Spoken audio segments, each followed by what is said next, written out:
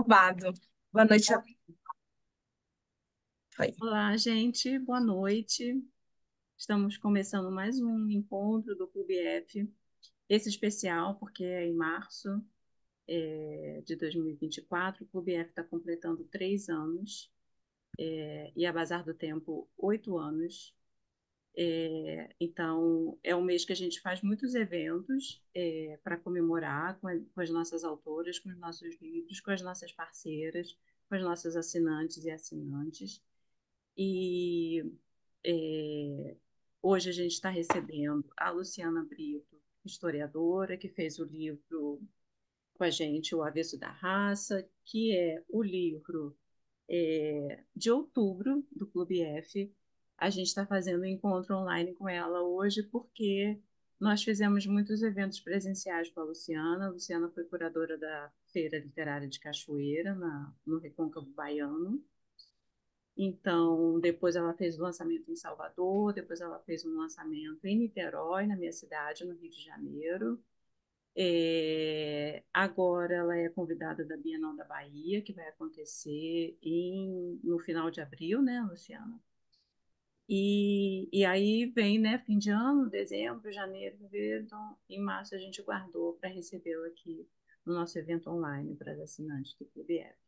A Carolina Ferreira é nossa parceira, pesquisadora. Ela se encontrou com a Lu... Ah, eu esqueci de falar que elas estiveram lá na Flip. Elas se encontraram e conversaram muito sobre suas pesquisas. Eu fiquei de olho, percebi que tinha ali algo em comum. E quando eu pensei conversas em comum, né, diálogos e pesquisas e interesses, e aí quando eu pensei nesse encontro com a Luciana, eu logo lembrei desse encontro presencial lá em Paraty, aí eu achei que ia dar bom, e eu acho que vai dar. Então, obrigada, Carolina, Carol, para as íntimas, por ter aceitado esse convite, a Luciana também. E obrigada por todo mundo que está aqui. Eu vou passar a palavra, então, para Carol, e a gente começa. Aí vocês fiquem à vontade, muitas pessoas já se apresentaram aqui no chat, dizendo de onde são, é, se são assinantes do Clube F, a gente gosta. Aí, se vocês tiverem perguntas também, né, ao longo da conversa, acho que pode colocar no chat. Aí, não sei se vocês, Carol e Luciana, vão querer responder na hora. Enfim, aí a gente vai vendo como funciona com vocês. Obrigada, boa noite, bem-vindos, bem-vindos, bem-vindos. Ai, obrigada, Cláudia. Queria agradecer a Bazar mais uma vez pelo convite e dar boa noite para a professora Luciana. Boa noite, professora. Boa noite, Carol. Boa noite, Cláudia e todas as pessoas aqui. Agradecer pelo convite, dizer que eu estou muito feliz também. Ah, eu pensei em começar a nossa conversa fazendo uma breve apresentação da professora Luciana, falando um pouco sobre o livro, e aí a gente pensou juntas um percurso para a conversa. Mas aí vocês podem se sentir à vontade de colocar comentários e perguntas no chat, porque eu estou de olho aqui também. Carol, se você A quiser se professora. apresentar, falar do seu mestrado, eu Ah, é acabei verdade. esquecendo. Então, vocês se apresentem também. É Falem uma verdade. Eu coisa. sou Carolina Ferreira, eu sou de São Paulo. Eu terminei meu mestrado ano passado na PUC São Paulo, em literatura e crítica literária, e sou pesquisadora fundadora do grupo de pesquisa, de literatura e ancestralidade negra, né, na PUC também.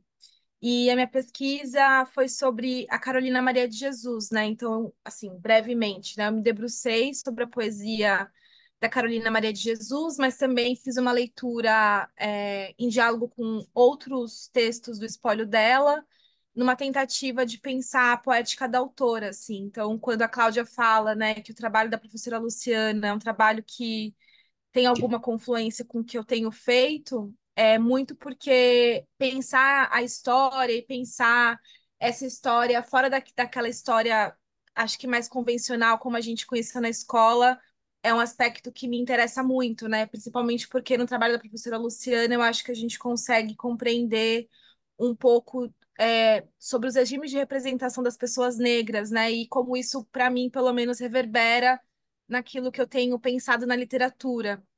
Inclusive, foi uma leitura, assim, que eu fiquei o tempo todo pensando, né? Como eu não tinha conhecido o trabalho da professora Luciana antes e como esse livro também não tinha vindo para mim antes, né? Apesar da publicação dele ter sido só no ano passado, porque é um trabalho muito fundamental, assim, tem indicado, inclusive, para o grupo de pesquisa e para muitas pessoas que eu sei que se interessam pelo assunto também. Então, brevemente, essa sou eu. E a professora Luciana da Cruz Brito é historiadora e professora da Universidade Federal do Recôncavo da Bahia, formada pela Universidade Federal da Bahia, concluiu o mestrado em História Social na Universidade Estadual de Campinas. E o livro O Avesso da Raça é a pesquisa, né, de doutorado realizado na USP, com estágio na Universidade de Nova York como bolsista Fulbright. E, além disso, a professora também foi pesquisadora visitante no Instituto W.B. Du Bois para a pesquisa afro-americana da Universidade de Harvard, professora visitante no Trinity College e como bolsista da Andrew Mellon Foundation, fez seu pós-doutorado na The City University of New York, nos Estados Unidos. E ela também é autora de Temores da África, Segurança, Legislação e População Africana na Bahia, Oitocentista, né, que foi um livro vencedor do prêmio Thomas Skidmore em 2018. É, é um prazer conversar com você, professora Luciana. Obrigada, Carol. Esse bate-papo ele tem como plano de fundo, né, esses 3 anos do Clube F e dos 8 anos da Bazar do Tempo. O Clube F ele é um clube muito importante porque ele nos possibilita entrar em contato com a produção intelectual e estética de mulheres do Brasil, de outros países, pessoas negras, mulheres brancas. E um outro aspecto que é interessante da gente pensar hoje, que a professora Luciana nos trouxe, é que hoje também é véspera do Dia Internacional contra a Discriminação Racial, né? E aí eu fui fazer uma pesquisa, porque eu sabia dessa data, mas eu não me lembrava do motivo pelo qual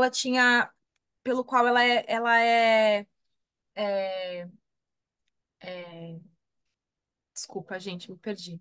Ela tem essa data do dia 21 de março, né? E é uma data em memória ao massacre de Shepherdville, em Joanesburgo, que é a capital da África do Sul, em que, num protesto contra a lei do passe, algumas pessoas foram mortas e feridas pelo exército, né? Então, por isso que instituiu-se o dia 21 de março como Dia Internacional contra a Discriminação Racial. E aí eu fiquei pensando muito na relação desses marcos, né? Quando a gente pensa tanto no 8 de março, quanto nesse 21 de abril, né? A importância da história para catalogar esses eventos, né? E para que essa memória ela continue circulando entre nós, né? Porque, para além de uma data, existe ali um acontecimento, algo político que deveria mobilizar a sociedade a refletir sobre algo, né? E quando a gente pensa no trabalho de pesquisa da professora Luciana Brito, a gente percebe a importância dessa historiografia que se dá por uma outra episteme, ou por um outro olhar, né? Porque ela foi em arquivos procurar relatos de viagem, artigos de jornal, cartas, panfletos, fotografias e outros documentos do Brasil e dos Estados Unidos do século XIX para poder elaborar esse trânsito atlântico de ideias que estavam começando a ser construídas sobre um ideal de nação, sobre pessoas negras e pessoas mestiças, né? Então, acho que também é interessante trazer que esse trabalho dela ele também dialoga com essas duas datas que a gente está aqui hoje falando, né? E aí, professor, eu pensei que a gente poderia começar essa conversa falando um pouco sobre essa questão do trânsito atlântico, sabe? Você traz essa proximidade, distanciamento, né, entre Estados Unidos e Brasil no século XIX, principalmente nessa construção de ideias sobre raça, mistura racial escravidão e abolição, que eu acho que é um ponto de partida interessante para a gente começar a falar do seu trabalho. Uhum. Obrigada, Carol. Quando eu comecei a fazer essa pesquisa, é interessante lembrar, eu acho que a maioria das pessoas achava que eu ia fazer um estudo comparativo, né? Que eu ia fazer uma coisa assim, olha, a escravidão nos Estados Unidos era assim, no Brasil era desse jeito, não é? O racismo no Brasil era de um jeito, nos Estados Unidos era esse aqui. Nos Estados Unidos a escravidão é assim, no Brasil era assado. E eu tinha uma dificuldade muito grande de explicar para as pessoas que não era um estudo comparativo. Não que a comparação não fosse aparecer ocasionalmente, e que a gente não acabasse comparando pontualmente um país e outro, as relações raciais num país e outro, e até mesmo a escravidão. Mas era muito mais o meu interesse, quando eu comecei essa pesquisa, entender isso que você falou, da circularidade de perspectivas sobre escravidão e raça. Ao mesmo tempo, entender essa circularidade é importante para a gente ter em mente que as nações não constroem imagens sobre si mesmas isoladamente. Então, quando os Estados Unidos começam a construir uma ideia de si como uma nação superior, eles estão olhando, as elites desse país, né, estão olhando para outras nações em comparativo para imaginar, nós somos superiores a. Né? E aí os países latino-americanos entram como o exemplo do que não se fazer para que os Estados Unidos fosse ou continuasse sendo, de acordo com a perspectiva deles, uma nação superior. E, nesse sentido, a forma como os Estados Unidos fosse conduzir as relações raciais, o convívio entre negros e brancos seria fundamental. O olhar para outros países, para outras realidades, né? O que é interessante? É interessante que eles estavam olhando para uma nação escravista, eles já sabiam que era a maior nação escravista das Américas, né? Ao longo de décadas, aí a gente tem no meu livro a década de 40, de 50, de 60, de 70, não é?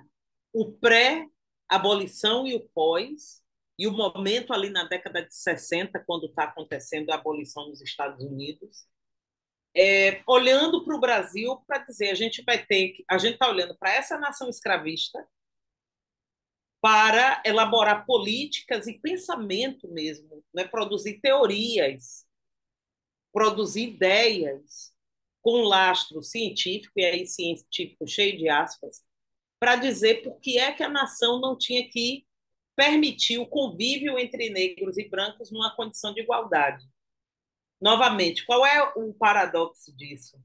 Eles estão olhando para uma nação escravista que até então parecia ser mais progressista do que os Estados Unidos. Não é? Os abolicionistas negros ou acreditavam nisso, ou faziam um jogo narrativo disso, né, para colocar ali os Estados Unidos numa condição de constrangimento.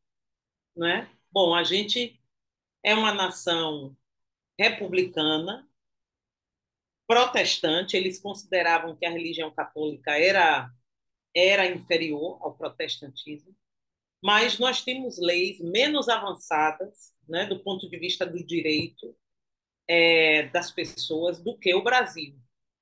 Essa daqui, a perspectiva dos abolicionistas negros, não é? Mas os escravistas estavam olhando para o Brasil e dizendo: olha, esse país aqui, se a gente não produzir leis de segregação raciais duras, nós vamos virar esse país miscigenado aqui entendendo a miscigenação, a mistura racial, como algo profundamente degenerativo para uma nação, e também entendendo o status do liberto no Brasil como algo quase que escandaloso, né? Sabemos aqui que o Brasil tinha suas regras de hierarquia racial, mas, de fato, quando a gente olha para a legislação brasileira em relação ao direito dos libertos nascidos no Brasil, não os africanos, a gente vai ver que o Brasil, de fato, tinha leis mais progressistas do que nos Estados Unidos. Então, não me dava condições para fazer essa análise, o estudo comparativo. Aqui era assim, ali era assado, aqui assim, ali era assado. Estava interessada em ver como essas experiências dessas duas nações circulavam e eram apropriadas uma pelas outras. Nesse caso específico do meu livro, como os Estados Unidos vão apropriando leituras sobre o Brasil e produzindo ideias de si mesmos de acordo com a experiência brasileira. Sim, e é muito interessante perceber como você traz no seu livro, né, o relato de como os abolicionistas se apropriavam das teses científicas ali, trazer o exemplo do Brasil para poder é, defender o fim da escravidão, né, e o fim da segregação entre as pessoas brancas e negras. E aí é muito interessante a gente perceber o quanto essa história ela se molda de acordo com os ideais, né, de quem está ali tentando defender o seu lado, né? E para mim também ficou muito evidente, eu acho muito interessante como a gente consegue perceber como a forma como o Brasil, por exemplo, é vista, né, pelos Estados Unidos e até esse imperialismo do país, né, nos tempos atuais, eles se conectam e refletem muito a construção de pensamento desse período, né? E para mim, assim, pelo menos das leituras que eu já fiz, das discussões que eu já ouvi, o seu trabalho ele é um trabalho de extrema relevância, porque no geral a gente, quando fala sobre o sistema escravista no Brasil e nos Estados Unidos, sempre é nessa tentativa de fazer uma comparação, né, e não de entender é, como, de alguma forma, houve um diálogo e uma troca ali, né, para a construção dos ideais de nação e dos sistemas de segregação, né? E aí, um outro ponto que eu acho que seria interessante da gente comentar seria justamente sobre esses projetos políticos de nação desenvolvidos, né? Como você falou, a partir ali da década de 1840, e talvez pensar um pouco como isso influenciou a ideia sobre o Brasil e outros países da América Latina, né? Porque a gente vê muito esse lugar das nações que são degeneradas, das nações que são inferiores, até desse pensamento estadunidense da época, né? Não por parte dos abolicionistas negros, né? Mas de até pensar uma tentativa de uma nova colonização por parte deles para esses países, assim, né? Como esse lugar de superioridade, assim. Queria que a gente comentasse um pouco sobre isso. Uhum. Olha, Carol, é interessante pensar, lembrar que essa noção de superioridade dos Estados Unidos está profundamente atrelada à pureza racial, né? Profundamente, profundamente. A ideia de pureza racial, ela define os Estados Unidos até hoje, Sim, seja de uma leitura positiva ou de uma leitura negativa. Quando você foi falando, eu me lembrei de um comercial de televisão, eu acho que de 2014, sabe o cereal Cheerios, sei. né? Tá. Depois vocês colocam no YouTube. O cereal, na propaganda do cereal, aparecia uma menina negra, assim. Eu vou dizer aqui, a menina tinha mais ou menos minhas características.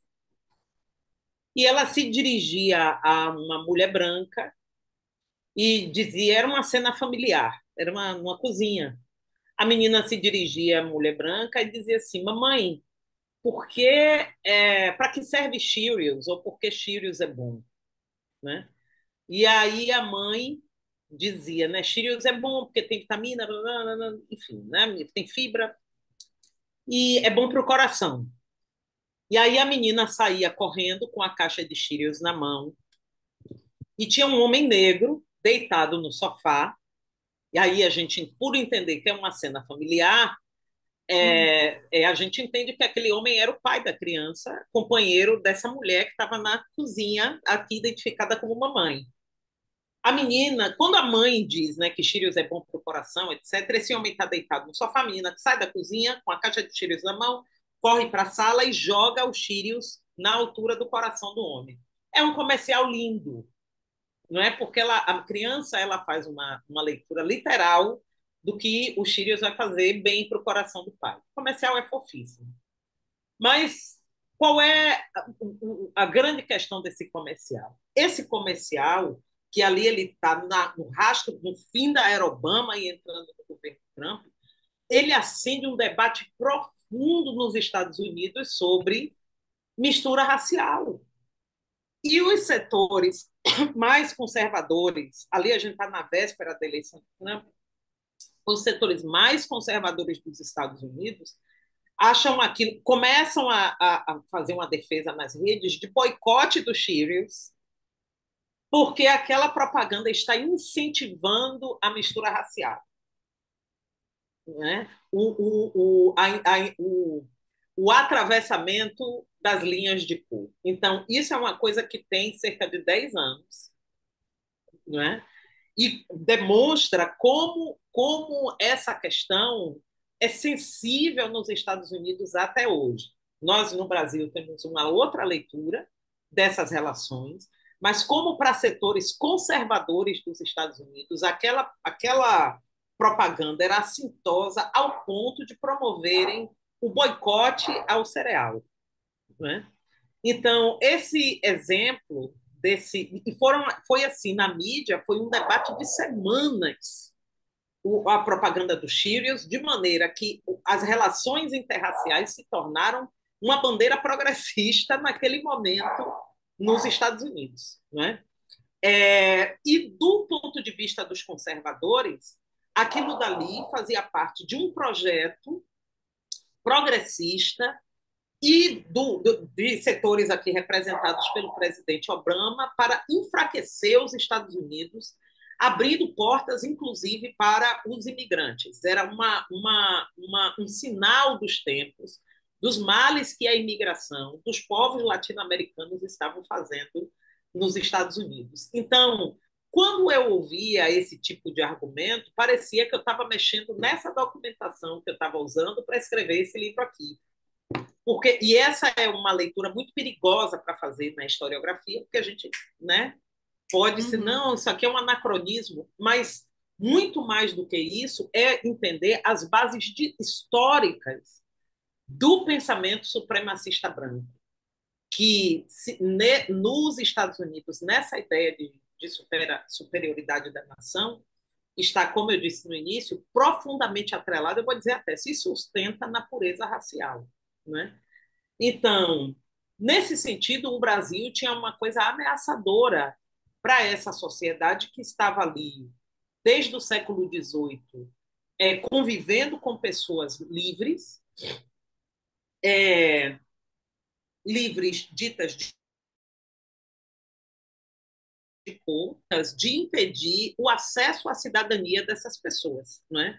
Sendo que a nação, desde o seu princípio, ela foi pensada para ser uma nação branca. Né? Ao contrário da experiência brasileira, há um controle maior desse projeto nos Estados Unidos por mais tempo do que no Brasil. Por exemplo, nos Estados Unidos, até o final do século XIX, era impossível se pensar num conselheiro Antônio Rebouças, um homem negro que era conselheiro do Império. Né? O Brasil, não por causa de uma flexibilização que vem do Brasil, mas por conta do direito português, tem outras formas de lidar com as diferenças raciais, e aqui eu não estou dizendo que são menos racistas, né? Mais uma vez é preciso ter muito cuidado com essa comparação melhor-pior, e essa foi uma preocupação que eu tive, grande que eu tive na escrita desse livro, mas como nos Estados Unidos, sendo um país de maioria de imigrantes ingleses, a cidadania tinha que cada vez mais estar restrita a essas pessoas. Né? Nos Estados Unidos, as primeiras leis que impediam relações interraciais datam do final do século XVIII. Por quê? começam a nascer ali crianças que eram filhas de inglesas, mulheres inglesas sérvas, né?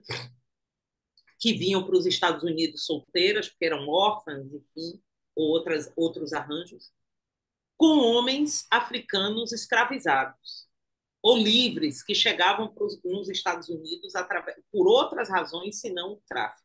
Ou homens africanos escravizados e mulheres inglesas sérvas, que eram servas, mas não eram escravizadas e que trabalhavam juntos.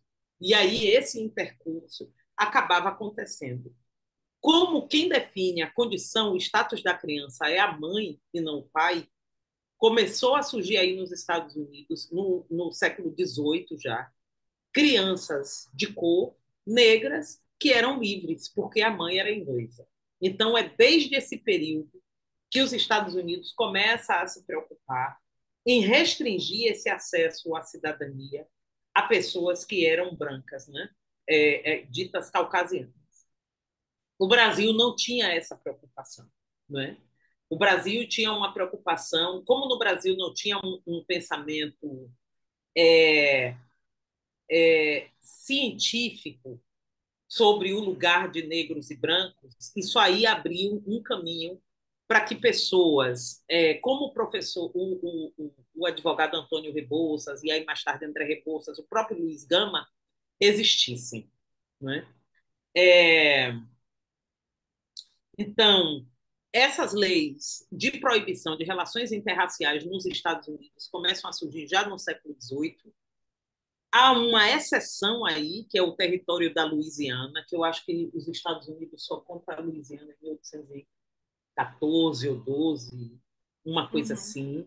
E que ali também, naquela região, vai acontecendo uma coisa parecida com o Brasil, não é? Que são essas pessoas de uma condição racial mista, não branca, reivindicando um lugar social de não escravizado ou de liberto, ou seja, em suma, um lugar de direitos. Então, tanto esses viajantes que vêm para o Brasil, que circulam o mundo, estão procurando esses exemplos de pessoas não brancas e suas condições de vida nesses outros lugares, no momento que os Estados Unidos está tentando se ancorar em evidências científicas para justificar a escravidão, né? Os cientistas estão usando o que esses viajantes estão vendo e elaborando ali teses cientistas que não são motivadas por curiosidade científica, mas sim para provar uma coisa que eles já acreditavam, que era a superioridade racial dos ditos caucasianos. Uhum. E aí a gente tem os abolicionistas, né, que negros, que estão lendo essas brechas existentes no Brasil como um sinal de condições melhores de vida das pessoas libertas aqui. Não é? E, por fim, a gente tem os confederados, desculpem, que estão mais tarde, ali na década de 60, depois da Guerra Civil, quase que concomitante, vindo para o Brasil, primeiro no ímpeto de continuarem a serem senhores e senhoras de escravos, né? E depois chegando no Brasil, né? O Brasil tem um problema, que é uma sociedade altamente miscigenada, não é? Então, assim, eles enxergam esse país como um país que não tem solução e voltam, a maioria deles, na década de 80, quando eles já começam a perceber esse país aqui vai decretar a abolição da escravidão também. A maioria desses confederados decide voltar, né? Ou seja, se é para viver num país miscigenado, é melhor viver no nosso, né? Uhum. E mais grave do que isso, é nessa volta do Brasil que ali no Sul eles começam a defender, a partir de uma experiência em loco, as políticas de Jim Crow, que vão se tornar as políticas de Jim Crow com base na diferença racial para justificar status de cidadania para umas pessoas e não para outras. Sim, esse ponto que você fala sobre os abolicionistas, né? Tem um ponto importante no seu livro que eu acho que é quando a gente consegue compreender que por mais que se fale de abolicionistas como se fosse uma massa homogênea, a gente vai percebendo ali como as motivações, né, pelo interesse, pelo fim do sistema escravista, elas são de ordens diferentes, né? E aí você traz a figura do Frederick Douglass para a gente, né? E, inclusive, como uma pessoa que, de alguma forma, também teve o seu discurso ecoando no Brasil, né? Você fala sobre o José Patrocínio, de como ele trouxe ali trechos do texto do Frederick Douglass para o Brasil, né? E de como o Frederick Douglass, por mais que ele não tenha, assim, não tenha registros que ele tenha vindo ao Brasil, ele também foi um disseminador desses discursos de brechas que existiam ali no Brasil e que poderiam servir para a luta dos abolicionistas negros nos Estados Unidos, né? Queria que você falasse um pouco sobre a figura do Frederick Douglass, assim, porque a gente tem acesso atualmente, né, aos livros autobiográficos deles e alguns textos esparsos, né? Mas eu acho que é interessante a gente entender a importância dele nesse contexto histórico. Uhum. Olha, a importância de Frederick Douglass é gigantesca. Frederick Douglass, a gente pode dizer que, sem medo de errar, se não uma das, eu considero que é a personalidade mais importante dos Estados Unidos entre negros e brancos. Foi uma figura assim que teve uma virada de chave é, na elaboração de um pensamento igualitário nos Estados Unidos escravista, porque era uma figura que viveu tanto em escravidão, quanto na Uhum. condição de fugitivo, quanto na condição de liberto, né?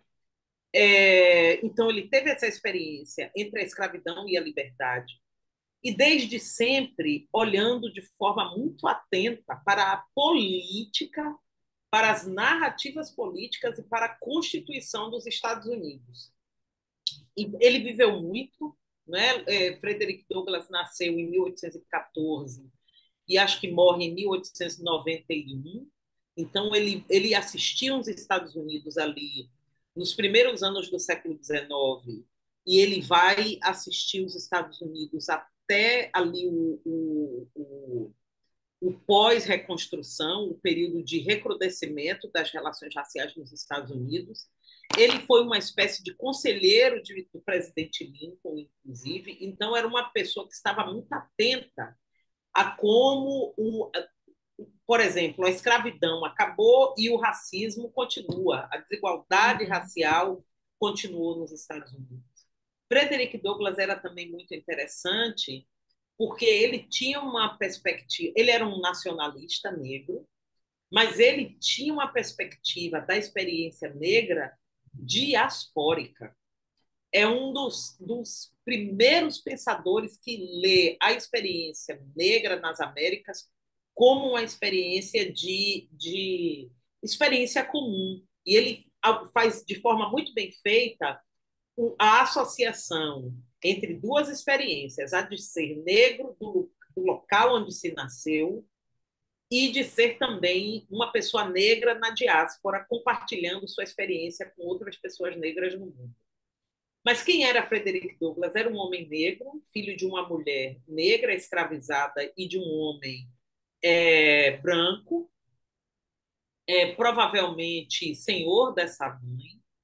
Ele nasce no estado de Maryland, né?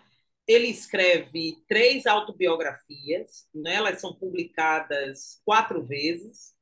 A última é a reprodução da terceira.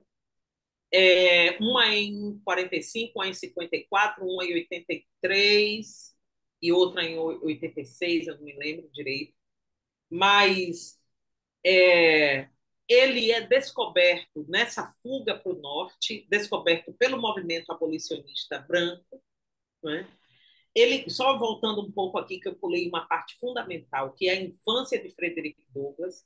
Ele Uhum. vive uma infância em cativeiro, então é um dos registros mais fortes que nós temos de uma criança escravizada. Claro, ele escreve já adulto, mas assim ele registra muito bem a questão da infância e aqui demonstra o que hoje a gente chama de trauma, né? Nessa narrativa dele, já como abolicionista, primeiro publicado em 1845. Ele é descoberto já no Norte pelo movimento abolicionista, como orador, não é? Ali um trabalho do movimento abolicionista de buscar pessoas que viveram a experiência do cativeiro para convencerem um grande público no Norte dos horrores da escravidão.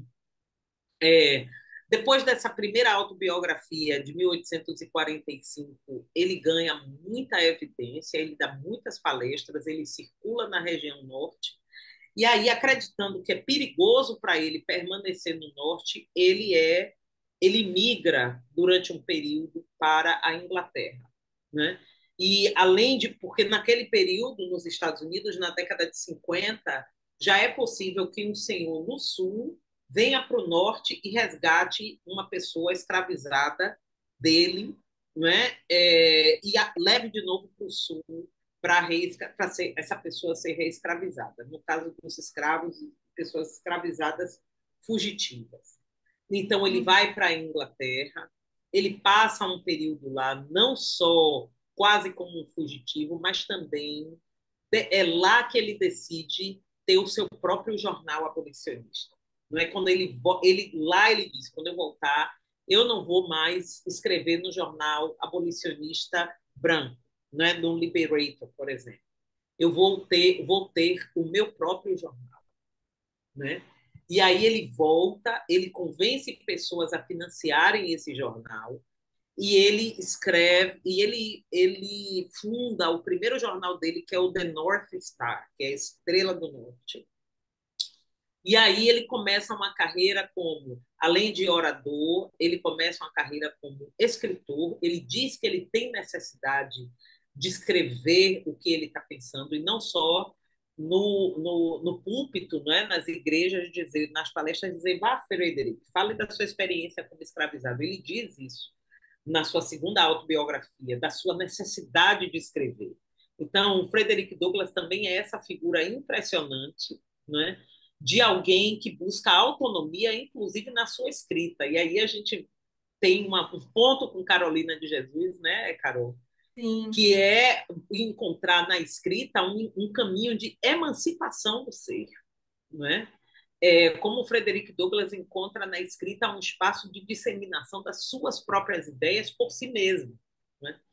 É, e ele, então, começa a escrever outras autobiografias ali, cada vez mais se colocando como um sujeito pensante da sua condição de escravizado. A gente vai vendo isso nas autobiografias. Bom, como é que Frederick Douglass conhece o Brasil? Ele não vem aqui, até mesmo porque nesse período é proibido, de acordo com a lei de 1831. Ele não vem no Brasil. Os afro-americanos começam a vir no Brasil mais no final do século XIX, né? Mas as notícias que ele tinha no Brasil vinham da mesma fonte dos escravistas, que eram os viajantes, né? Então, quando o Frederick Douglass ouvia falar desse país, que os libertos tinham direito, que os libertos tinham cidadania, ele não se atinha é, aos pequenos detalhes disso que falavam muito. Por exemplo, os libertos africanos não eram cidadãos, né? Frederick Douglass estava ali atento ao fato de libertos nascidos no Brasil, ainda que cheios de restrições, eram cidadãos e votavam. O que só aconteceu nos Estados Unidos em 1868 com a 14ª emenda. No Brasil, o liberto já era cidadão desde 1823, né? Então, Frederick Douglass, nas suas autobiografias, ele não fala do Brasil. As autobiografias elas são bem direcionadas a falar da experiência dos Estados Unidos. Mas quando a gente vai para esses jornais, dos quais ele foi editor e ele escrevia suas perspectivas enquanto negro na diáspora, aí o Brasil aparece. E aparece muito, não é? Aparecem comparações, aparecem afirmações de uma experiência compartilhada com outros povos negros na diáspora, aparece o conhecimento da quantidade de pessoas negras, inclusive africanas, que viviam no Brasil, e aparece também o conhecimento dele de que no Brasil havia uma grande variedade de cor entre as pessoas, o que denotava uma ampla miscigenação racial que estava presente nas características do povo brasileiro. Qual é a leitura de Frederick Douglass? Esse país não tinha regras que impediam relações entre negros e brancos, intercursos sexuais, casamentos. Logo, esse país é menos racista. Ele chegava a especular: o Brasil vai abolir a escravidão antes dos Estados Unidos, porque o Brasil é muito progressista em relação aos Estados Unidos. Então, isso é interessante de ver, como as aspirações desse homem, que está num país que tem determinada política, fazia com que ele projetasse num outro lugar, que era o Brasil, uma nação ideal para as pessoas negras libertas viverem.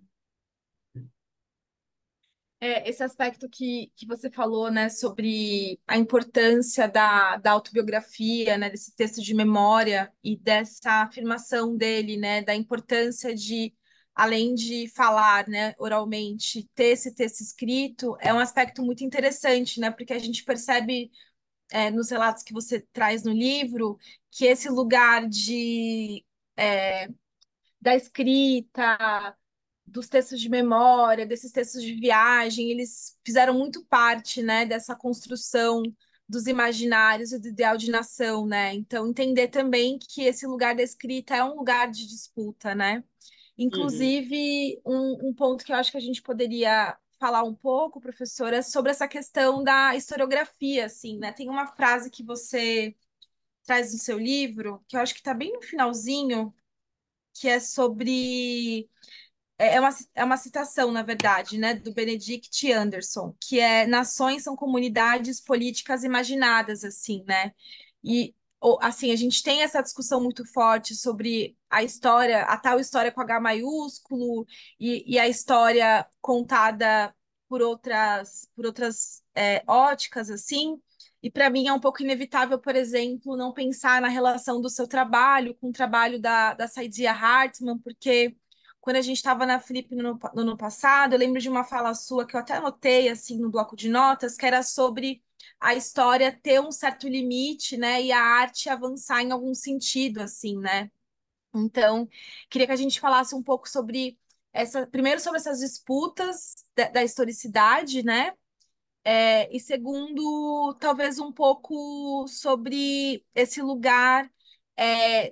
é, a gente já falou um pouco sobre a escrita autobiográfica, mas tem um outro aspecto no seu trabalho que é muito importante também, que é o lugar da fotografia, né? De como essas imagens que foram tiradas, né, em especial no Brasil e da América Latina, por esses viajantes, elas davam uma certa validação para esse discurso científico da época, né? Essa ciência que a gente pode colocar entre muitas aspas, né? Inclusive tem um comentário do Wallace Jesus no chat que é também Frederick Douglass também teve uma disputa contra as imagens hegemônicas, né, sendo um dos homens estadunidenses mais fotografados do século Uhum. XIX.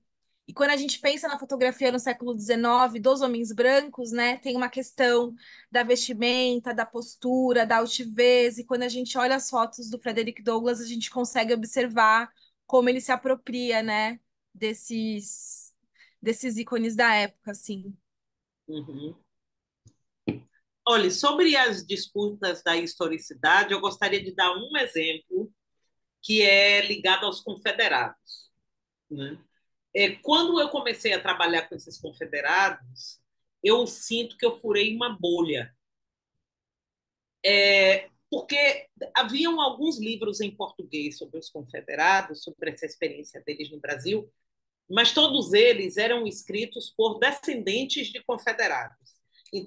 Então, a narrativa era: viviam oprimidos no Sul, vieram para cá, não se meteram com escravidão, a ideia era ter liberdade, fugir das taxas, né, dos impostos absurdos que pagavam nos Estados Unidos. Chegando no Brasil, não se meteram com essa coisa de escravidão. E aí, todos esses livros que eu tenho aqui, né, escritos por descendentes, uns 5 ou 6 livros, assim, uma leitura muito heróica desses antepassados confederados que vieram para o Brasil. E aí eu disse, não é possível que é isso só, não é? Então eu comecei a ler os jornais sulistas que estavam falando sobre o Brasil, mas eu comecei nos Estados Unidos, eu tive acesso à documentação mais rica sobre os confederados, que são as cartas. Quando a gente vai para as cartas, e aí, abrindo um parêntese para quem quiser pesquisar isso ainda, essas cartas elas ainda estão localizadas no Sul, em arquivos em universidades sulistas. No Norte não é possível acessar.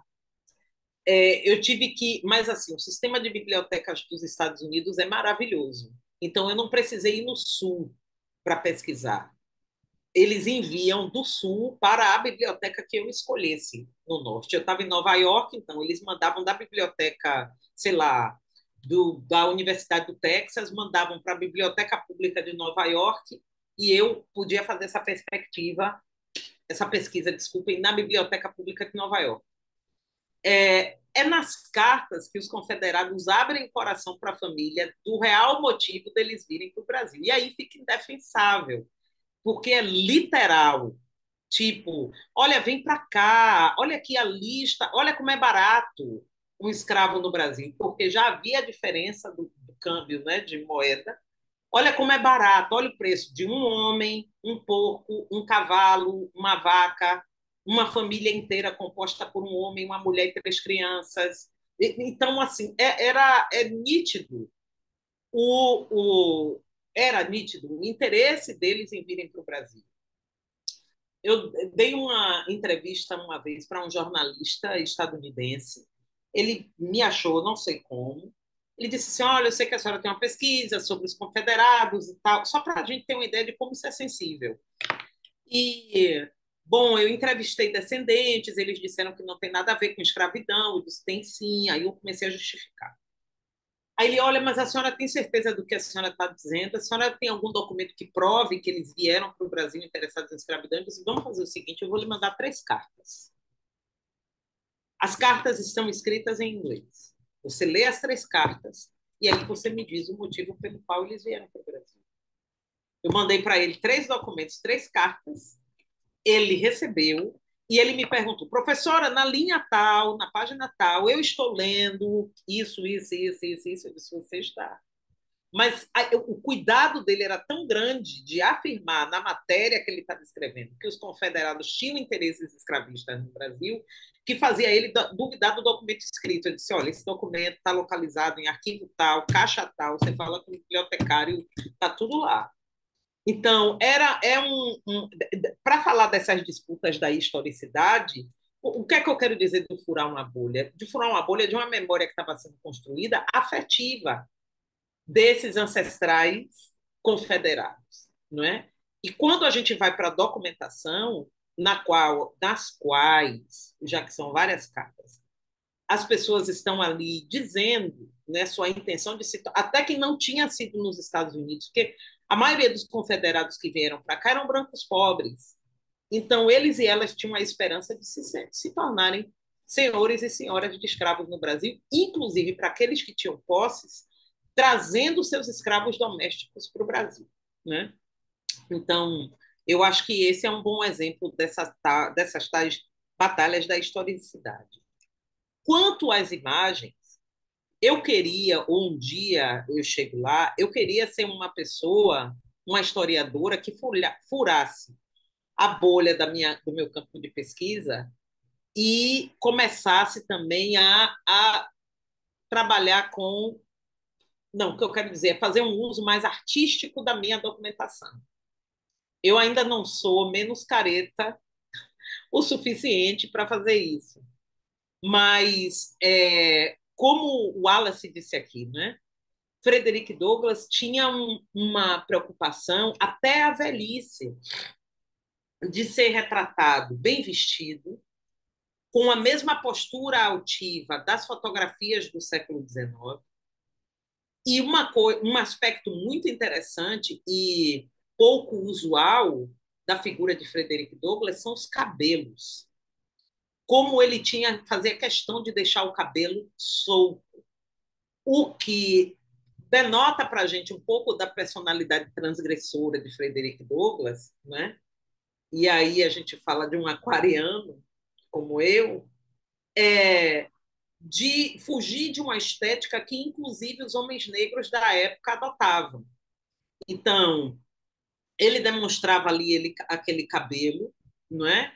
E aí algumas pesquisadoras e pesquisadores de Douglass sugerem que ele está mostrando ali também tanto uma ancestralidade negra quanto branca, não é? Já que ser mestiço nos Estados Unidos, não é, uma pessoa negra com ascendência também branca, não era considerado um caminho para embranquecimento como no Brasil. Não é? Alguns cientistas diziam que o negro mestiço era pior do que o negro puro, não é? O africano, porque ele carregava. Isso está lá é um dos cientistas, esqueci o nome dele, Samuel, não é Samuel Morton, esqueci. Era um médico do sul dos Estados Unidos. Como a mistura racial fazia com que esse terceiro ser fosse mais degenerado que os ancestrais, branco e negro. Então, Frederick Douglass ele desafiava essas noções da mistura racial como um caminho de degeneração. Então, ali a gente vê uma afirmação através dos cabelos, mas, ao mesmo tempo, também através desse paletó, desse vestir para a respeitabilidade, posando de uma determinada maneira, né? E isso é visto não só em Frederick Douglass, mas também aqui vai ter uma imagem de um abolicionista negro chamado Samuel Ward, que também não só se veste dessa determinada forma, mas também posa de uma determinada forma, né? Diante da câmera. Tem uma historiadora que é fotógrafa que eu gosto muito, chamada Deborah Willis, que tem um trabalho belíssimo sobre. O Alex está dizendo alguma coisa. Que tem um trabalho. Sim, sim, ele está falando de Dalton Paula. Né? Eu gosto de um uso de fotografia que, além dele, Rosana Paulino também faz, dessas fotografias de escravidão e faz uma reapropriação delas. De como Deborah Willis busca o soldado da Guerra Civil que vai se fotografar fardado, não é? E das famílias que, depois da Guerra Civil, né, com a declaração da abolição, de fato, correm para o estúdio fotográfico para se fotografar, serem fotografadas agora na condição de livres. Não é? Essas imagens que estão nesse livro, boa parte delas, não é? Sobretudo essas aqui feitas pelos viajantes e pelos cientistas, tem uma perspectiva muito degenerativa da representação de pessoas negras. Não é? Aí a gente vê uma outra intencionalidade.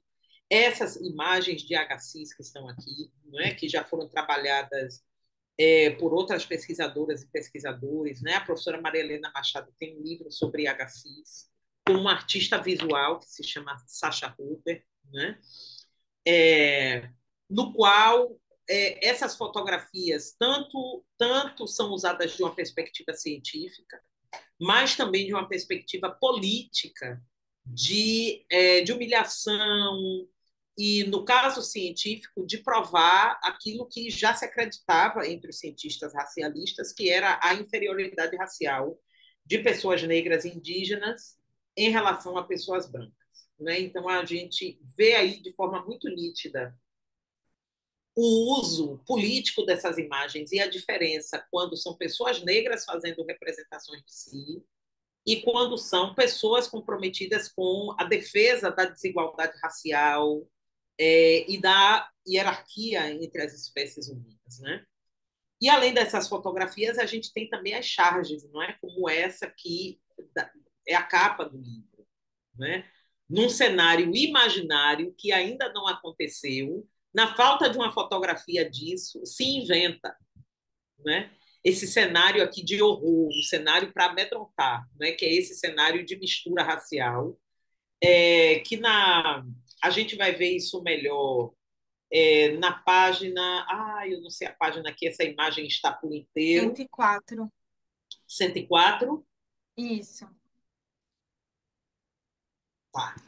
Aqui na página 104, nos lançamentos do livro, eu quis chamar muita atenção disso, né? Como a ausência de leis de Jim Crow, de segregação racial, acreditava-se, promoveria transgressões raciais, transgressões sexuais de diversas ordens, não só raciais. Então, a entrada das pessoas negras na sociedade, na condição de cidadãos, denotaria diversas transgressões, não é? E aí a gente tem aqui não só mulheres negras dançando com homens brancos, e aí a gente vê que ainda aqui a imagem das mulheres brancas foi preservada, né? Eles não usariam tanto, porque era um tabu muito grande, mulheres brancas com homens negros, né? Mas a gente vê aqui, por exemplo, bem no cantinho esquerdo dessa imagem, bem no cantinho, homens negros com homens brancos. Então há uma transgressão também da sexualidade promovida pelo contato com os negros, né? Então a gente vai ver aqui bem no cantinho direito um homem negro e um homem branco conversando bem de pertinho. Embaixo dessa coluna que está bem no meio aqui tem um homem negro e um homem branco também conversando bem de pertinho, né? É, E eu acho que aqui eu vi em outro momento, do lado direito, mais lá no fundo, um homem negro e um homem branco apertando as mãos, ou seja, tem um contato físico entre eles. Tem outros momentos aqui também, imagens de homens negros e brancos, dois homens interagindo muito de pertinho, sugerindo aí relações também homossexuais, né? Então, esse contato com os negros também traria um cenário de transgressão sexual, né, das ordens heteronormativas aí de convívio entre negros e brancos. Então, e foi a imagem que foi utilizada para fazer esse alerta, né, dos perigos do convívio com os negros libertos, né? Ou seja, conviver com eles na situação de escravizados, tudo bem, né? E é importante lembrar que esse intercurso sexual já existia, né? Tanto ali no abuso do corpo de mulheres negras, quanto de homens negros, quanto, sobretudo, ali nas regiões de Geórgia, Louisiana, de relações, claro aqui, relações cheias de desigualdade, mas relações é, consensuais entre homens negros e homens brancos e mulheres negras naquelas regiões ali. Então haviam outros arranjos já existentes, mas o problema que se achava aqui era a condição de convívio no pós-abolição. Tem um ponto que você coloca no texto também, né, sobre ter observadores brancos, né? Então, esse olhar, né? Esse branco que observa, né, que está olhando para o outro, que está observando essa cena degenerativa, também é algo que me chamou muito a atenção, assim. Inclusive, eu lembrei de um trabalho que eu acho que a Toni Morrison organizou, que é o The Black Book, que ela faz um recorte de várias propagandas e caricaturas ao longo da história com a representação de pessoas negras, né? E uma artista que eu, assim, sou muito obcecada e que eu acho que tem um trabalho de meio parecido com o da Rosana Paulino no sentido de recriar essas imagens, é a Betty Saar, né? Que é uma artista estadunidense que ela trabalha muito com aquela imagem da Uncle Gemina, né? Que é essa mulher negra que a gente pode até fazer talvez um paralelo com a tia Anastácia, e ela vai criar suas obras dando um outro sentido para essas representações, assim. Então, esse ponto do seu livro é muito interessante, porque você fala sobre como essas imagens também elas acabam tangibilizando esse imaginário, né, que é criado no discurso científico, né?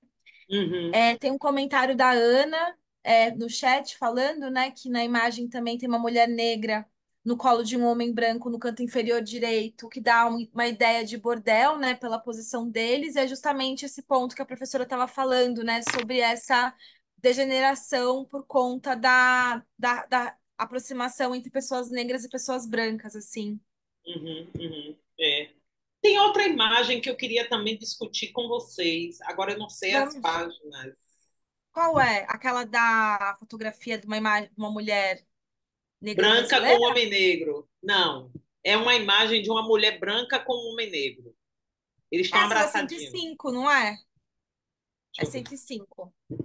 Que é essa é o que a Sim, miscigenação é. é. Essa foi uma imagem que, quando eu achei, eu disse, nossa, mas eles sempre evitam colocar mulher branca, ainda que seja para criar alarde, né? Uhum. Colocar mulheres brancas com homens negros nessas imagens. Mesmo que eles queiram chocar, eles tinham. Quem são eles, Luciana? Os escravistas, né? Ou até mesmo aqueles que até defendiam a abolição, mas que, seguida de um projeto de expatriação dos afro-americanos libertos, né?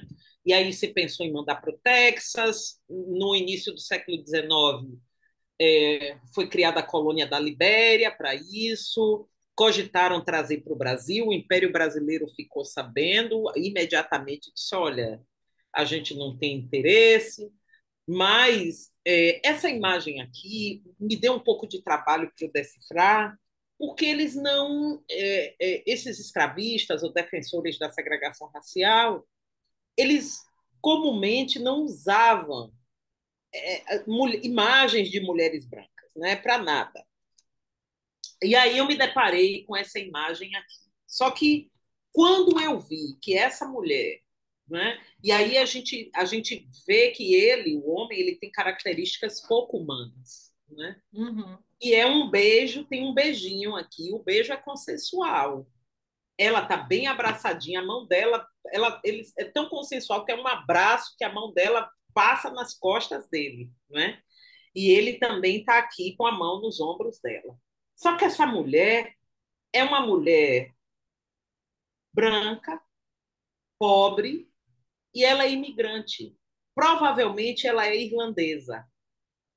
E aí vem a importância da gente ler as imagens. Né? Ela está com o cabelo solto, ela não tem um penteado, não é? O que revela que é uma mulher das classes trabalhadoras.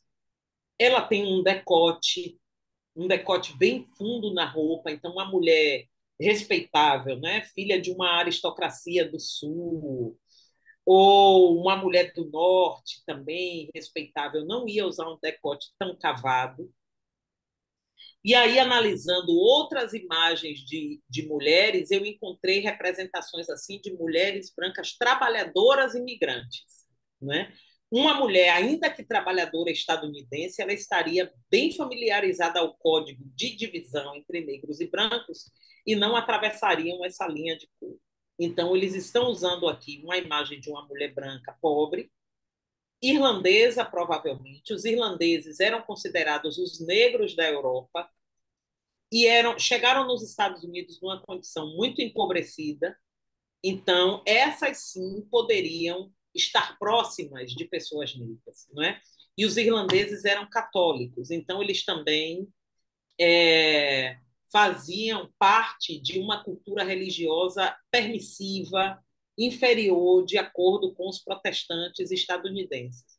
Então, esse é um dos exemplos também do uso das imagens como propaganda política, né? Desse dele.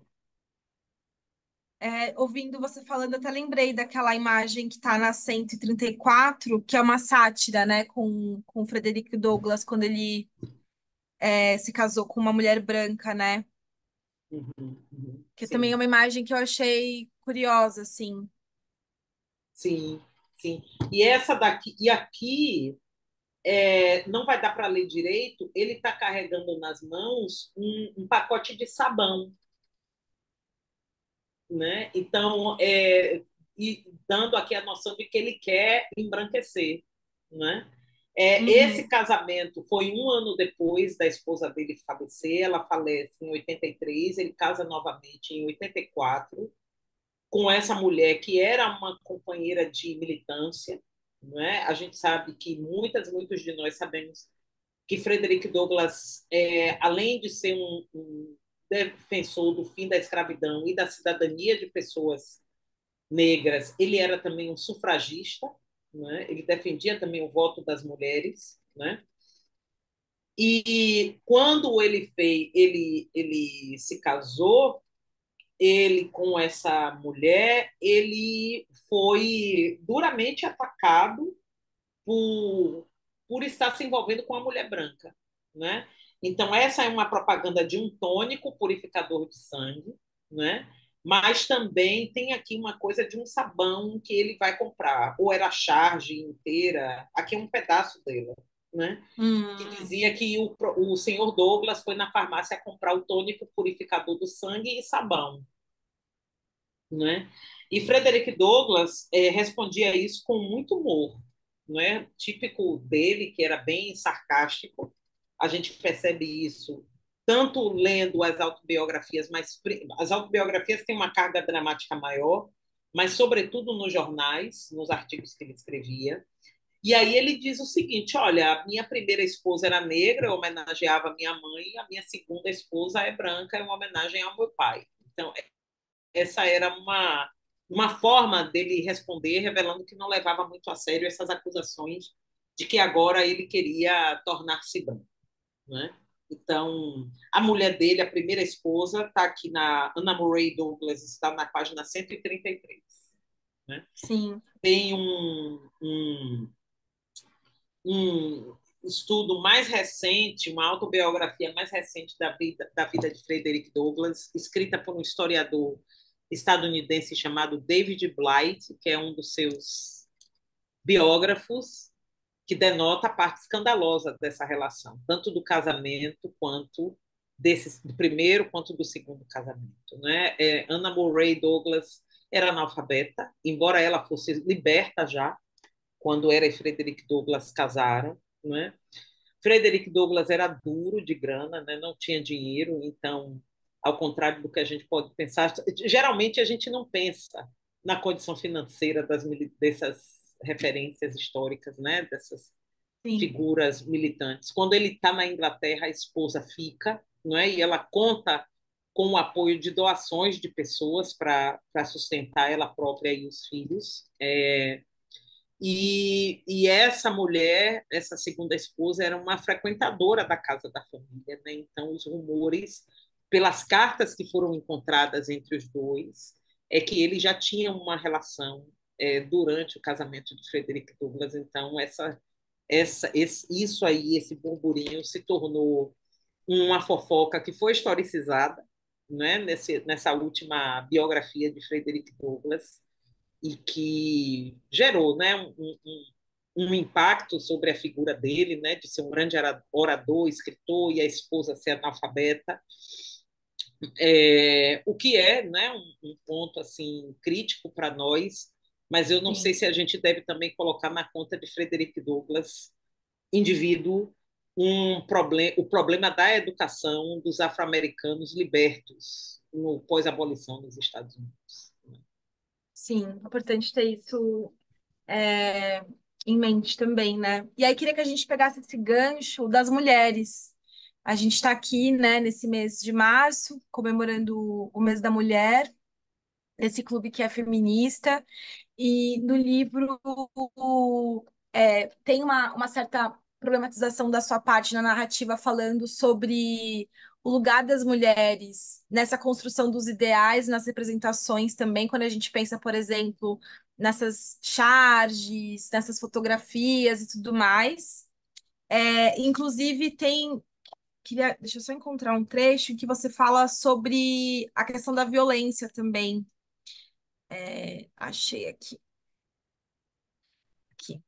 A mulher escravizada era deixada vulnerável à exploração sexual, à violência de uma senhora vingativa e, além de tudo, não tinha nenhum poder sobre os filhos. Segundo Douglas, não havia nada debaixo do céu que fosse mais inimigo da afeição familiar do que a escravidão. E aí, inclusive, né, acho que nessa nossa conversa que ela tem esse plano de fundo histórico, mas a gente, de alguma forma, também está falando de arte, de literatura, né? É muito interessante porque na sequência desse texto, que está na página 122, 121, você também traz um pouco de obras literárias que colaboraram de alguma forma para a construção dessa imagem naquele período, né, das mulheres escravizadas, do nascimento de crianças, dessas mães, né? Você cita A Cabana do Pai Tomás, né, da Harriet B. Stowe, publicada em 1854, e O Incidente de uma Menina Escravizada, que a gente tem a tradução por duas editoras aqui no Brasil, que é de 1861, publicada por Harriet Jacobs, né? Em que a gente tem aí talvez um certo contraponto, porque é uma mulher escravizada narrando a sua própria história, né? Porque A Cabana do Pai Tomás é um livro escrito por uma mulher branca, né? Uhum, uhum. Olha, eu acho que nesse discurso de nação nos Estados Unidos, é, a gente pode perceber nesse livro que, embora as mulheres, a gente não vai achar aí uma abolicionista afro-americana falando de Brasil, como a gente encontra a Frederick Douglass, né? Ou uma mulher cientista, seja negra, seja branca, elaborando, enfim, teses sobre escravidão, seja tanto para defender quanto para ser contra, né? Para defender a liberdade. Então, embora seja uma produção, do ponto de vista de quem produz a documentação, seja um olhar muito masculino sobre nação e raça e escravidão e liberdade, a gente pode perceber que as mulheres elas são consideradas pontos-chave no projeto de nação das duas nações, tanto dos Estados Unidos quanto do Brasil. Né? E aí é muito oportuno a gente falar do lugar-chave dessas mulheres na sociedade. Né? Sejam Uhum. essas sufragistas brancas, que estão ali, o movimento abolicionista negro, tentando convencer essas mulheres a serem aliadas na luta antirracista. Né? E aí a gente tem Frederick Douglass fazendo isso. O abolicionismo negro e branco usa muito da maternidade para buscar ali uma empatia das mulheres brancas em relação à condição de mulheres negras, né? E aí a gente tem Harriet Stowe fazendo isso na Cabana do Pai Tomás, né? Essa mulher escravizada que não é africana, ela é uma Uhum. mestiça, né? E aí vai colocando atenuantes, é uma mulher vitoriana, a esqueci o nome dela, essa personagem, que é essa representação da mulher negra, escravizada, dos perigos da escravidão para essa mulher, não é? Que é mãe, que é esposa e que é mãe. Então aí tem uma disputa do lugar da mulher, né? Seja para através da maternidade, da condição não só de mãe como de esposa, tocar o coração das mulheres brancas, né? Possíveis aliadas da luta antirracista, Uhum. mas também ora como acervo de brancura, né? Essas que seriam os reservatórios de brancura da nação estadunidense, e por isso deveriam ser preservadas ao ponto de não aparecerem nem nas charges, não é? E Sim. a todo momento está se dizendo, se não tiver política de segregação racial, os homens negros livres vão acessar essas mulheres e aí nós vamos nos tornar uma nação tão degenerada e miscigenada como o Brasil, por exemplo, né? Quanto esses viajantes que estão olhando e cientistas que estão vindo para o Brasil e para outras partes da América Latina e olhando para o corpo da mulher negra e projetando suas expectativas sexuais. Nesse livro, a gente tem um relato horroroso de um alemão chamado Burmeister, que vem para o Brasil na década de 1850 e faz leituras horrorosas do corpo das mulheres negras para dizer as medidas do corpo, né, das mulheres Uhum. negras são masculinas. E o apetite sexual dessas mulheres também é.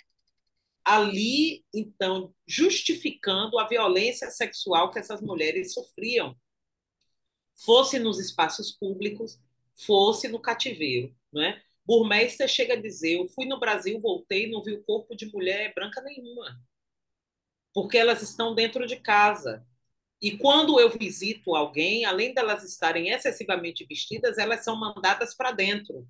Então, ele pouco conviveu com mulheres brancas ao ponto de analisar o corpo. Mas quando ele chegava em ambientes públicos, né? Fui no chafariz, vi as mulheres negras lavando roupa, né? Sim. E aí a gente Rola vê mostra, mulheres né? com as mangas arregaçadas, com as saias suspensas, né?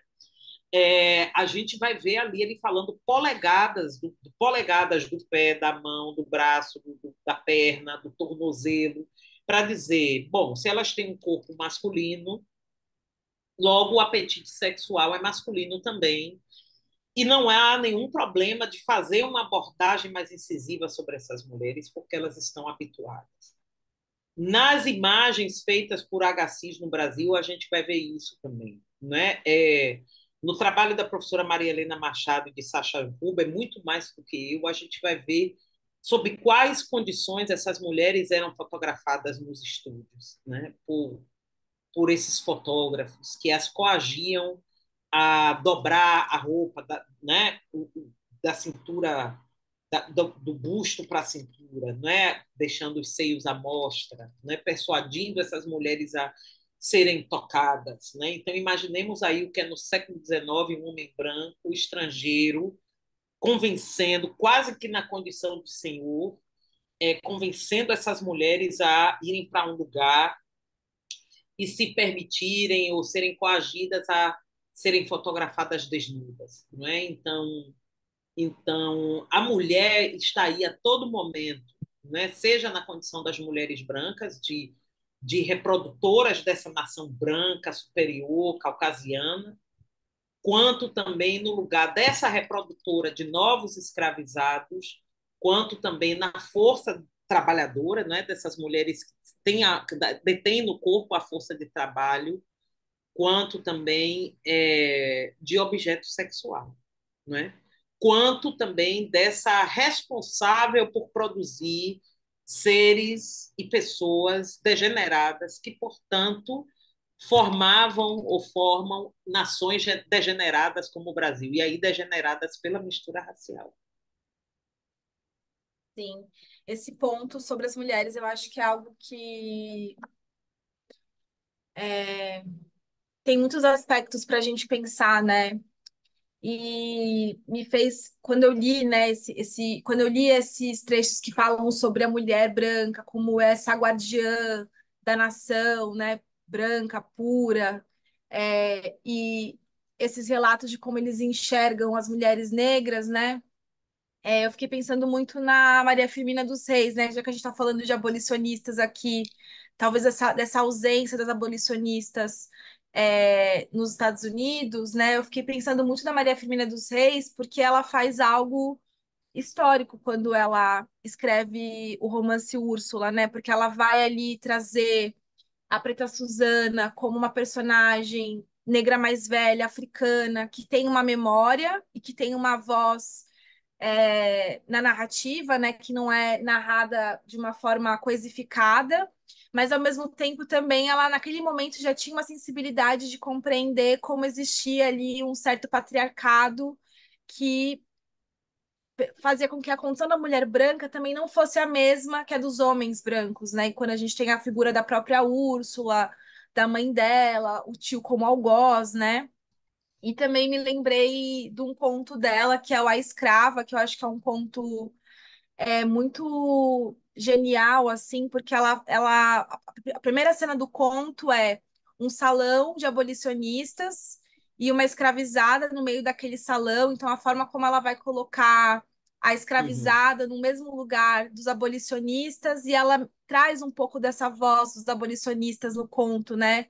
Trazendo um ponto que está no seu livro, que as motivações distintas, né? Quando a gente pensa nos abolicionistas radicais, como você coloca, e nos abolicionistas que acreditam que há uma necessidade de hierarquização entre as raças, assim, né? Enfim, acho que esse diálogo aconteceu quando eu li esses trechos e fiquei pensando muito sobre, por mais que a mulher ela não tenha, não seja citada como algo central. Quando a gente pensa nesse período, esses corpos e o controle desses corpos, eles têm um papel muito importante, né, nesse sistema escravista.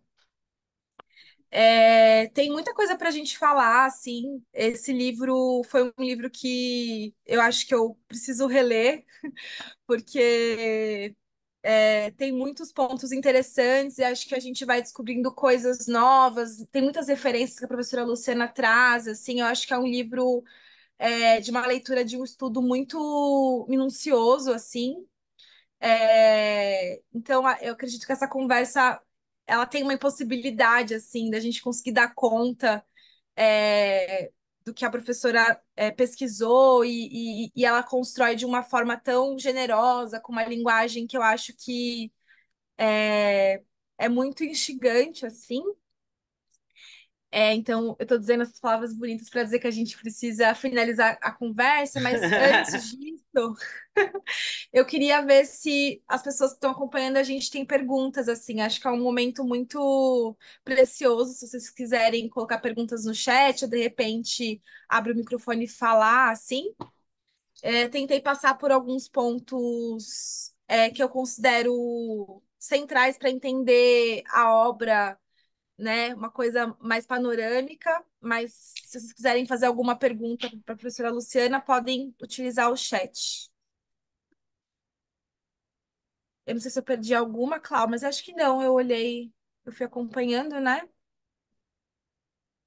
Enquanto as pessoas vão pensando, né, em Sim, pergunta ou não, eu queria só lembrar, não é, de que a gente tem algumas frentes de ativismo de mulheres negras, embora eu não tenha encontrado nenhuma delas sim. falando sobre Brasil, né? Eu acho que se a gente ampliar o escopo desse ativismo Uhum. negro de mulheres em prol da liberdade, a gente pode achar, por exemplo, a gente tem Sojourner Truth, a gente tem Ah, Harriet sim. Tubman, né, que tem Uhum. uma trajetória não da escrita, mas de ali da Underground Railroad, Ida B. Wells, que essa sim, né, é contemporânea ali de Frederick Douglass, acho que mais jovem na escrita.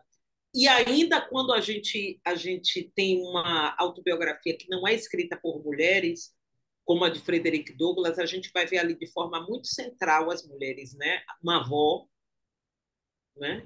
A avó e a mãe, né? A figura Sim, ausente, uma sombra nebulosa ali dessa mãe que vem de madrugada vê-lo, ele ainda é uma criança que está dormindo, sonolenta, ela vem e vai embora, né? Mas da dor profunda que ele fala, né? Ele narra isso muito bem quando ele é vendido e separado da avó, né? De como ela é fundamental para ainda preservá-lo de um sofrimento em relação à condição de escravizado. É com a venda e o afastamento da avó que ele começa a ter ciência de si enquanto sim, uma pessoa escravizada, né?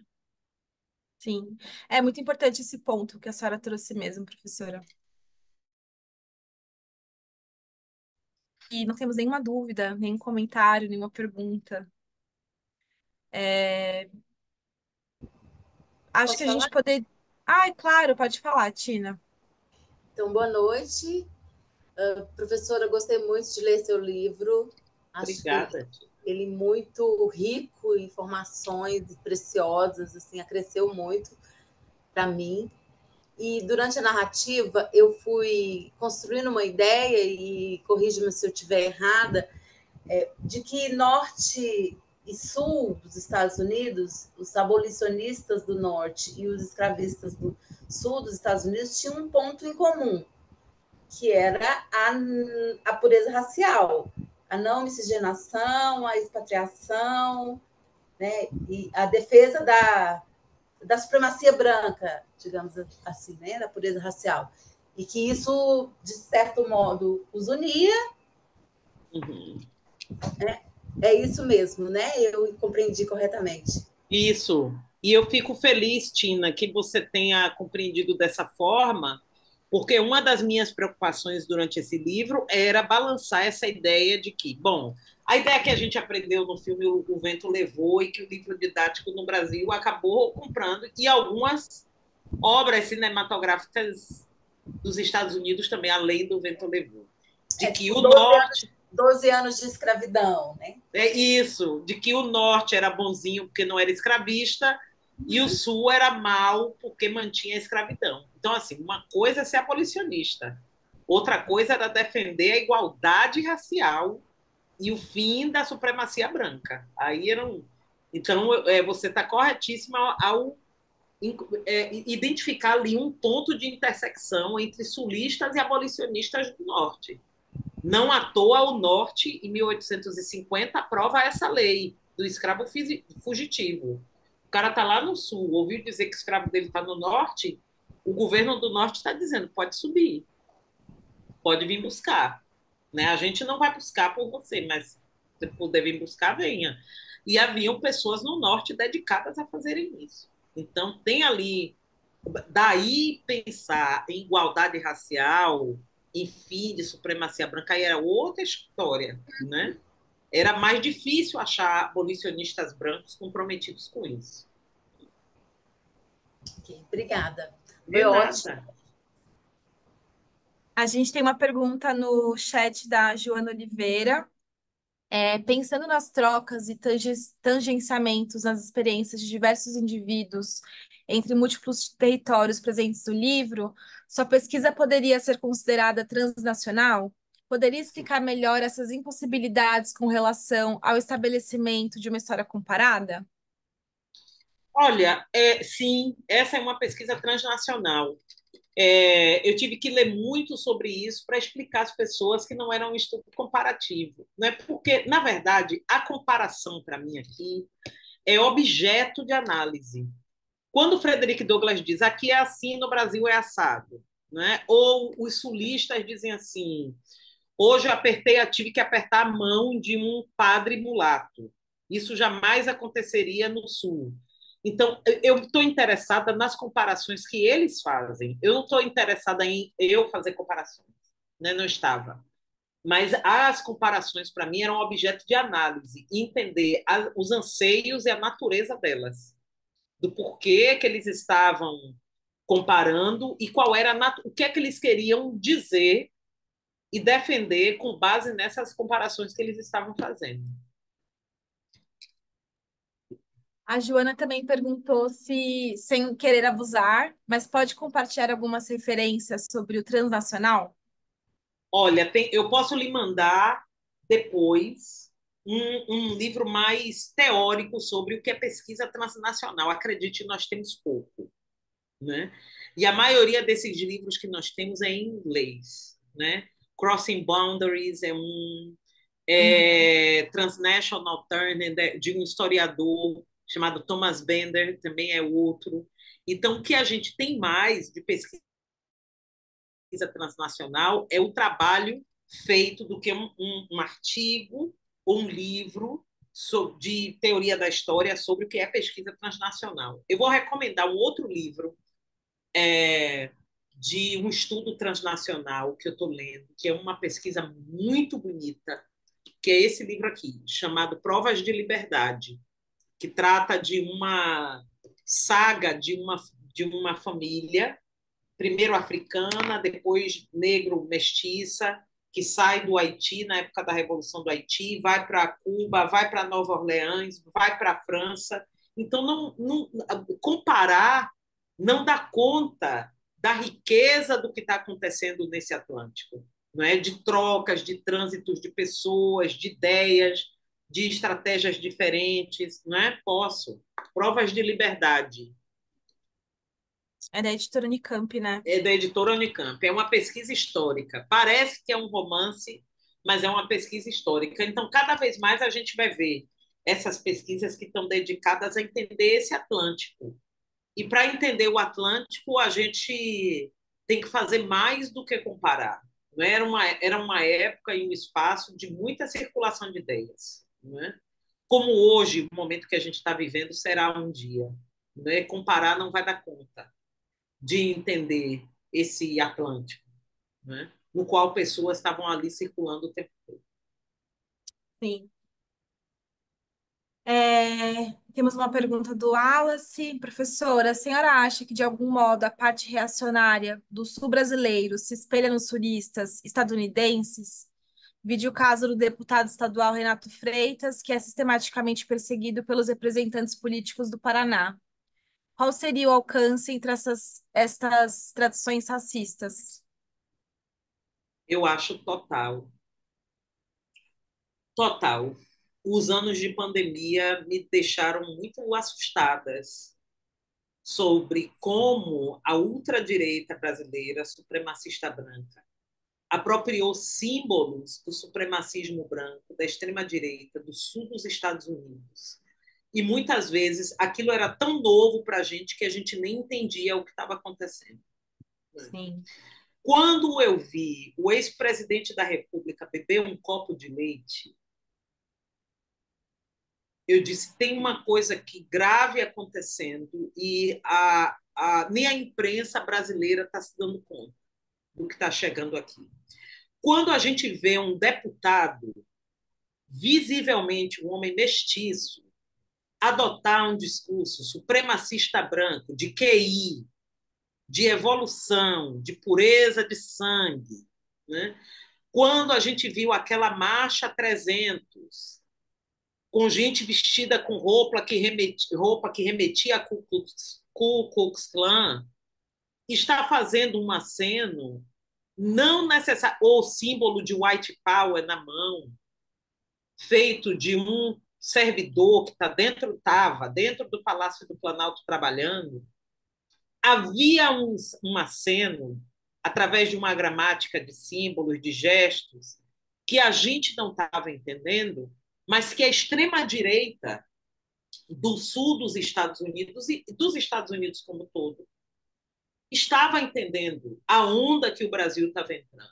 Na verdade, o Brasil estava dizendo: ó, estamos junto aí, a gente está aqui também. Assim como a invasão de 8 de janeiro aqui no Brasil. Uhum. Né? A invasão do Palácio do Planalto, o projeto de invadir o Supremo Tribunal Federal. Quando a gente olha para o 6 de janeiro nos Estados Unidos, os símbolos que estavam ali, aquele homem que aparentemente parece um palhaço vestido de viking, né? E o que estava sendo sinalizado ali, aquelas pessoas são muito mais do que idiotas, não é? Quando aquilo aconteceu nos Estados Unidos no 6 de janeiro, eu fiquei esperando, isso vai acontecer aqui, no Brasil, não é? Porque havia um aceno nessa apropriação de uma gramática que era produzida nesses Estados Unidos aqui do século XIX, não é? Que estava sendo resgatada e apropriada aqui também, acenando para a extrema-direita mundial. E o Brasil ele se espelha nessa extrema-direita do sul dos Estados Unidos e dizendo: nós também estamos aqui. Né? Então, eu concordo totalmente. Sobretudo, assim, nos anos de pandemia, até agora, né? Do quanto esses símbolos produzidos aqui nesse período escravista estão sendo trazidos, utilizados aqui. Hoje eu fiquei pensando muito na no ataque das políticas de ação afirmativa nos Estados Unidos, né? Uhum. Que estão vivendo agora, inclusive com a ameaça de processar a maior e mais antiga universidade negra dos Estados Unidos, que é a Universidade de Howard, fundada em 1867. E a depender dos caminhos que vão acontecer nos Estados Unidos esse ano, na eleição de novembro, e do que vai acontecer aqui, e aí a gente já vê a extrema-direita brasileira indo para os Estados Unidos, né? Esperando uma possível vitória de Trump, a gente tem que ficar muito atenta e atento com o que vai acontecer com as políticas de ação afirmativa aqui. Pode piorar ainda que a gente esteja no governo de esquerda, né?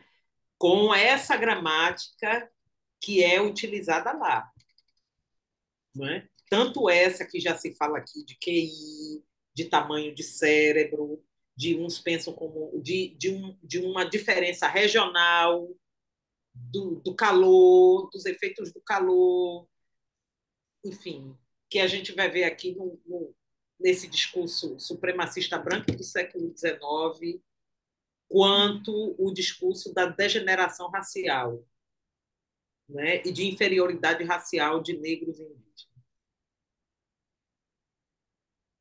E ouvindo esses comentários sobre esses momentos históricos que a gente viveu alguns anos atrás, né, e dessas possibilidades de revivê-los num futuro não tão distante, me faz pensar muito na importância do seu trabalho, né? Eu acho que não perder essa memória e conseguir furar essa bolha, como você falou, né, de trazer esses relatos dos confederados, por exemplo, é uma das formas possíveis que a gente tem também de se colocar num lado oposto, né, desses algozes, e também de não perder esse referencial histórico e da memória, que eu acho que é muito importante da gente manter, né? E aí tem um comentário da Cláudia falando sobre o podcast. Quer falar, Cláudia? A gente nem ouviu sua voz. Tô tímida. Vocês estão falando tão bem. Eu comentei com a Carol aqui no Zap que o encontro tá tão redondinho, né, Luciana? Que ela perguntou, agora a gente pode abrir para pergunta? Eu falei, pode, que a gente, né? Ela foi conduzindo tão bem a conversa. Mas sim, eu me lembro quando a professora falou desse episódio do copo de leite, né, no lançamento na Blux, eu fiquei impressionada também porque a gente não conhecia realmente, né, essas simbologias. Sim, e esse podcast ele já tem uns 3 episódios e mostra realmente como essa extrema-direita, né, urbana, né, na Hungria, aí tem, cada episódio é dedicado a um desses líderes autoritários. O da semana passada foi o Trump. E aí, assim, já aconteceu tanta coisa nos últimos anos, né, inclusive a pandemia, que eu tinha me esquecido desses detalhes de como o Trump convocou essa população, né, a ir lá depredar, né, o Congresso e tentar impedir a posse, e os argumentos iguais, né, e os argumentos chegam nessa questão, né, da supremacia. Parece que eles estão defendendo, né, essas pessoas brancas que são os donos da verdadeira América, né? Aqui, né, os brasileiros. Aqui esse discurso é mais difícil, mas a gente sabe que tem um discurso contra os negros, contra as mulheres, contra a população LGBT. Então, contra os imigrantes, essa estratégia se repete muito. E o podcast relembra a gente, de alguma forma, como eles realmente se encontram, continuam fazendo encontros da extrema-direita, e às vezes a gente nem consegue acompanhar tudo, né? Isso continua acontecendo, e como isso torna, claro, toda essa discussão que a gente vem tendo hoje muito atual, né? Como a professora falou, né? Isso está na história, a gente consegue ver a origem e consegue ver como esse pensamento vai se atualizando de alguma forma também, né? Professora, falar, né? Quero. Professora, falando disso de não perceber, eu acho que nós continuamos não percebendo as coisas, os movimentos da extrema-direita. Eu não li nenhum jornal, não vi ninguém comentando o fato da Comissão de Constituição e Justiça da Câmara dos Deputados estar na mão da Caroline de Tone, que é uma representante da extrema-direita. Fala-se muito do Nicolas na Comissão de Educação. Vai ser um espetáculo de horror. Mas ele, na minha opinião, ele é o desvio do que é importante, da atenção do que é realmente importante. A mais importante comissão do Congresso Nacional, tanto no Senado quanto na Câmara dos Deputados, está na mão da extrema-direita. Há projetos que são aprovados e entram em vigor só por passar na Comissão de Constituição e Justiça. Todo projeto para ser aprovado, para ir para todo e qualquer projeto, para ir para votação, antes ele passa pela Comissão de Justiça. É o presidente que pauta. E está na mão dessa mulher, da Carolina de Tônia, que é antifeminista, ela é o horror resumido. Ninguém falou disso. Eu só vi o Léo Sacamura, eu acho que é esse mesmo, falando que era mais perigoso ela na Comissão de Constituição e Justiça do que o Nicolas na Comissão de Educação. Ninguém falou, não vi nem de direita, nem da esquerda, nenhum jornal, nenhum ativista, ninguém se atentou para isso. É extremamente perigoso essa mulher na Comissão de Constituição e Justiça. E no Senado está na mão daquele senador que já foi presidente, que chantageia o governo com a Comissão de Constituição e Justiça. De mãos e pés amarrados. E, assim, a gente precisa acordar. Porque quando pensado, da noite para o dia, ela aprovou um projeto lá que não precisava ir à votação, que tolhe nossos direitos. Eu concordo. É isso. Sim, a gente tem um outro comentário também no chat falando sobre essa perseguição, né, que o AVC da pele do Jefferson Tenório tem sofrido, né?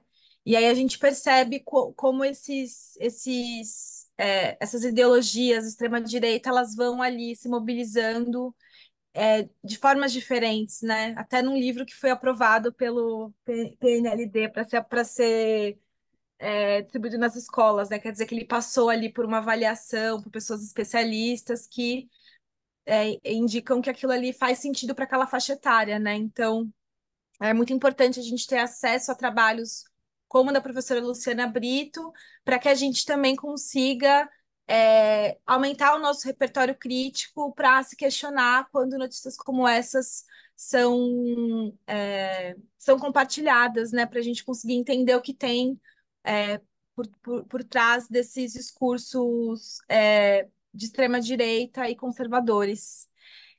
Acho que a gente tem que, infelizmente, encerrar a nossa conversa. Queria só agradecer mais uma vez, né, a Bazar do Tempo, a presença de todo mundo que esteve aqui nessa noite com a gente. Pelo menos aqui em São Paulo, muito calor. Agradecer a professora Luciana Brito pelo trabalho dela. Acho que para mim, como uma pesquisadora que estou começando aí a me achar um pouco na carreira acadêmica, ter lido o seu trabalho foi muito importante, né? Obrigada. Queria agradecer a Cláudia também e queria que você desse boa noite para todo mundo que está acompanhando a gente para a gente poder encerrar. E se quiser falar alguma palavras finais também, fique à vontade. Só para fazer um diálogo aqui com esse exemplo que você traz do livro de Jefferson Tenório, Carol, com um outro episódio que aconteceu aqui na Bahia, a professora acabou demitida por utilizar o livro de Conceição Evaristo numa turma, né? Esse experimento já tem sido utilizado nos Estados Unidos. No Texas, os livros didáticos usam a palavra servidão, trabalho compulsório, mas não podem usar escravidão. E algumas universidades estão suspendendo os cursos de estudos raciais críticos, ou os cursos que têm na sua bibliografia temas como escravidão e estudos raciais críticos. Então, aqui eu estou trazendo a importância da autonomia universitária, trazendo a importância também de estarmos atentas e atentos ao que está lá, não só no Ministério da Educação, mas também na Comissão de Justiça, né? Que vai ser tão necessária para nós, porque isso vai acontecer aqui também. Né? Eu não tenho dúvida nenhuma, infelizmente. Mas eu agradeço a Bazar do Tempo, a Cláudia, a Carol, pela proposta, pelo convite, a vocês todas e todos que estão aqui comigo nessa quarta-feira à noite, calorosa em todos os sentidos. Salvador também, gente, eu sou muito acostumada com calor, mas é algo bem diferente que tem acontecido. Eu tenho a impressão que ainda estamos em dezembro, de tão quente que está, né? Mas eu agradeço muito a vocês e desejo uma boa noite. Hoje eu vi um meme que dizia que o outono pediu licença médica, que não aguentou o calor, então ele não apareceu para trabalhar, então a gente continua no verão. Aqui no Rio É. também estamos sofrendo muito. Eu queria só responder para a Ana Madalena, que ela está perguntando se a live vai ficar disponível. A gente depois cria o link para as assinantes, né? Para enviar para os assinantes assistirem, porque a ideia desses encontros é que sejam exclusivos, né? Para quem assina o Clube F, e depois de algum tempo, 2, 3 meses, a gente deixa disponível no YouTube para todo mundo, que também é super importante, né? Que esse bate-papo se torne público em pouco tempo, mas aí a gente dá esse tempinho para as assinantes do Clube F assistirem. A Joyce está dizendo que queria que a professora fosse na Unilab, que é a Universidade de Integração Internacional da Lusofonia Afro-Brasileira, na Ah, cidade de pode. Redenção, lá no Uhum, Ceará. A Joyce também é da Bazar do Tempo agora, ela é colaboradora nossa, está fazendo os livros com a gente. Então, queria agradecer muito a presença de vocês todas e todos e todes, especialmente a Carolina Ferreira, que é uma querida amiga, uma pesquisadora que eu tenho tido a sorte de acompanhar o trabalho e o privilégio, né, também. E a professora Luciana, que eu estava contando aqui, que eu conheci justamente num livro sobre Frederick Douglass, depois eu ouvi falando num podcast, daí a gente, né, por vários caminhos foi se encontrando, ela veio para o Bazar do Tempo, uma uhum. alegria muito grande nossa tê-la conosco. E é Obrigada. isso, gente. E durante a semana, já falei aqui no início, né, a gente vai ter lançamento amanhã em São Paulo de do livro de março do Clube F, a correspondência da Vitória, o campo com a Virginia Woolf. E hoje foi em Brasília, amanhã em São Paulo, semana que vem a gente vai ter no Ceará, e no mês de abril a gente vai ter no Rio, Porto Alegre, Belém, outras capitais.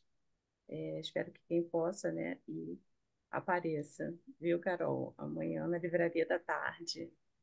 Ai, Uma boa sim. noite para vocês. Eu também ficaria aqui. Eu já ouvi a professora Luciana falando várias vezes, mas sempre pontos de vista diferentes, né? E com uma mediadora diferente também a conversa se Uhum. torna outra.